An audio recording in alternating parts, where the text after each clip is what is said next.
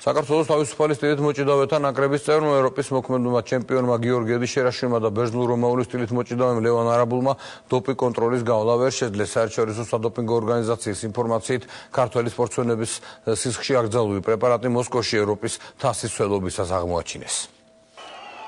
ზედიზედ მეორედ ქართველი სპორტსმენები დოპინგ სკანდალში ეხვევიან.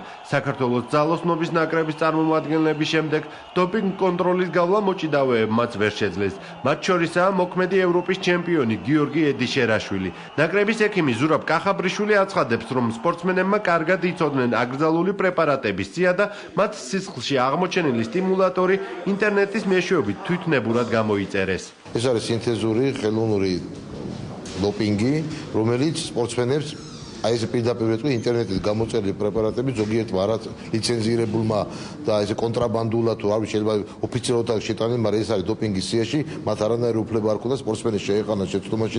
დოპინგზე უახლოეს 6 თვეში კიდევ 2 სპორტსმენის ჩავარდნის შემდეგ სპორტისა და ახალგაზრდობის საქმეთა სამინისტრო უფრო მკაცრი სანქციების გატარებას გეგმავს. სამინისტროს ინიციატივით საქმეში შინაგან საქმეთა სამინისტროს შესაბამისი სამსახურები ჩაერთვებიან, რათა საქართველოში არალიცენზირებული პრეპარატების შემოტანა შეიზღუდოს. დოპინგ სკანდალში გახვეულ სპორტსმენებს კი სამინისტრო დაფინანსება შეუწყვეტს. სანქციები არსებობს უკვე სპორტსმენებს შეუწყვდებათ ხელფასები და ფინანსება, ასევე ძალიან მნიშვნელოვანია ამ პროცესში ჩვენ ჩავერთვით და ჩვენ მივმართოთ შინაგან საქმეთა სამინისტროს, ჯანდაცვის სამინისტროს, რათა კოორდინირებულად მოხდეს ამ თემების აღმოფხვრა. სამინისტროს ინიციატივით დაფინანსება შეუწყდებათ იმ ფედერაციებსაც, რომლებსაც არ ექნებათ გაფორმებული ხელშეკრულება ეროვნულ ანტიდოპინგურ სააგენტოსთან. სამწუხაროდ ზოგიერთი ფედერაცია არ თვლიდა საჭიროდ, რადგან არ ქონდა ამის რეგულირება და ისე მიიჩნევდა ამას საჭიროდ, რომ ის აღიარებდა ანტიდოპინგურ კოდექსს. ამის გარდა რომ სპორტსმენს ეძლევა სანქცია, ვადისმალეთ სპორტული სანქცია, ასევე ეძლევა ფინანსური სანქცია, მათ შორის ჯარიმა უნდა გადაიხადოს. გიორგი ედიშერაშვილისა და ლევან არაბულის დასჯაზე საუბრობს ჭიდაობის ფედერაციის პრეზიდენტიც.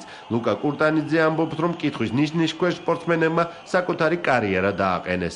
პირველ რიგში სამაგალითოდ სასჯელი მათ უკვე თავის თავს თვითონ გამოუტანეს, რამეთო ისინი იმ დახმარებას, რაც სახელმწიფოსგან ღებულობდნენ ან ოლიმპიური კომიტეტისგან, როგორც მომავალი ოლიმპიური პერსპექტიული სპორტსმენები, ეს ყველაფერი მოეხსნებათ. დეკემბერში გამართულ საქართველოს ჩემპიონატში ორივე დოპინგ სკანდალში ჩავარდნილმა მოჭიდავემ იასპარეზა. ედიშერაშვილი ჩემპიონი გახდა, არაბული კი მესამეზე გავიდა.